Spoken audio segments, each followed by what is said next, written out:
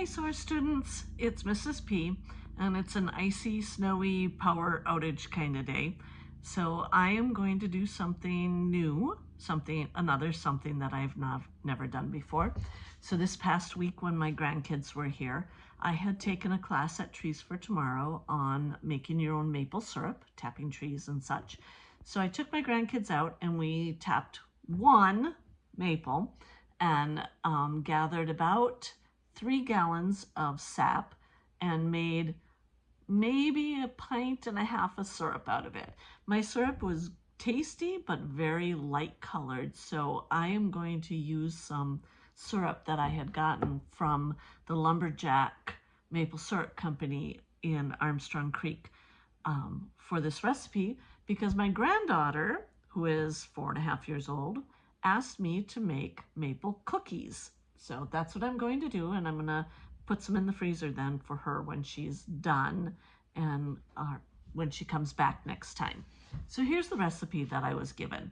We start with 1/2 cup of butter, softened. I might microwave mine just a little too long and got it like half melted, but I think that'll be okay because the gal said it had to be very soft.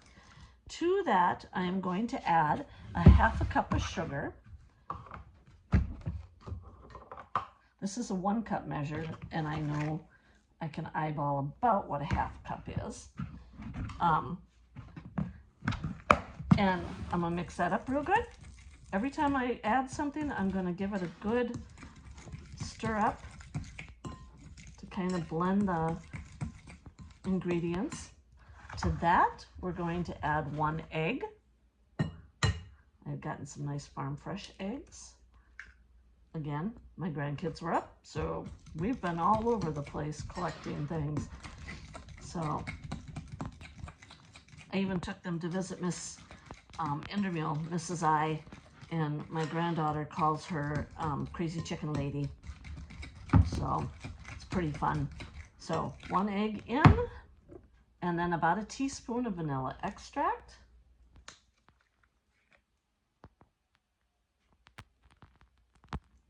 Again, I'm terrible. I eyeball things a lot, but okay. And then the final, what's called wet ingredient that's going to go in here is the maple syrup.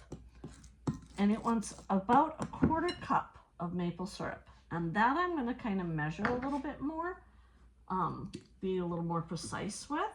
This is 1/4 cup liquid measuring cup. So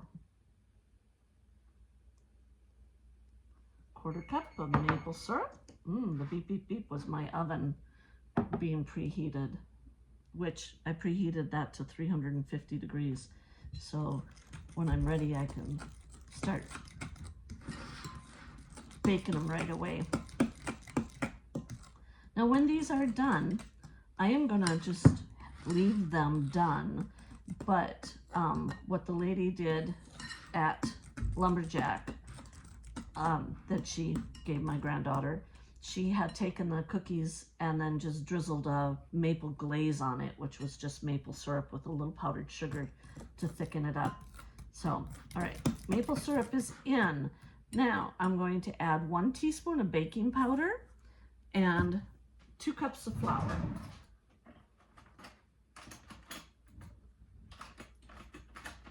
Oh, there's my teaspoon. Now with baking powder, you want to be a little more precise with that because that is what kind of gives the dough the oomph, or a little bit of almost like a yeast. It'll make it puffy. So 1 teaspoon of baking powder. So rather than eyeball that, I'm gonna measure it.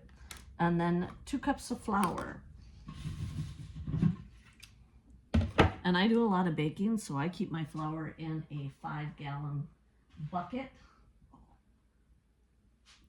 There's 1 cup.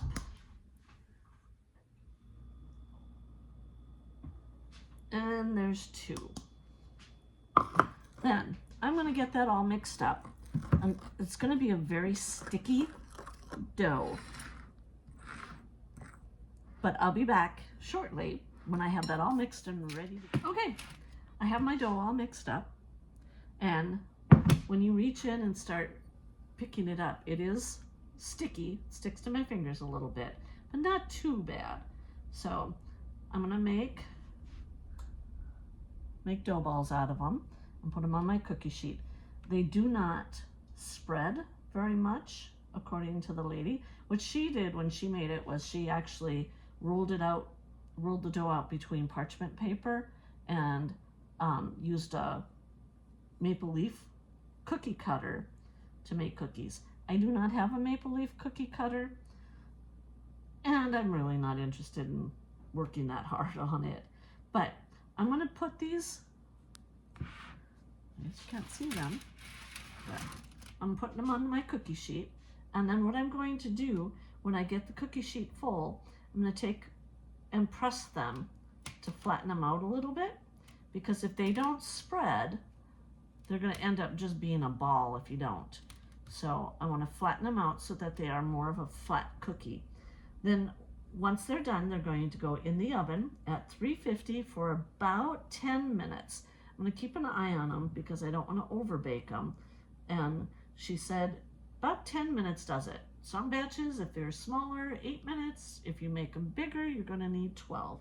But then I'm gonna cool them slightly, and then I like to put paper bags, cut them open, lay them on my counter here, and I use that to cool my cookies on.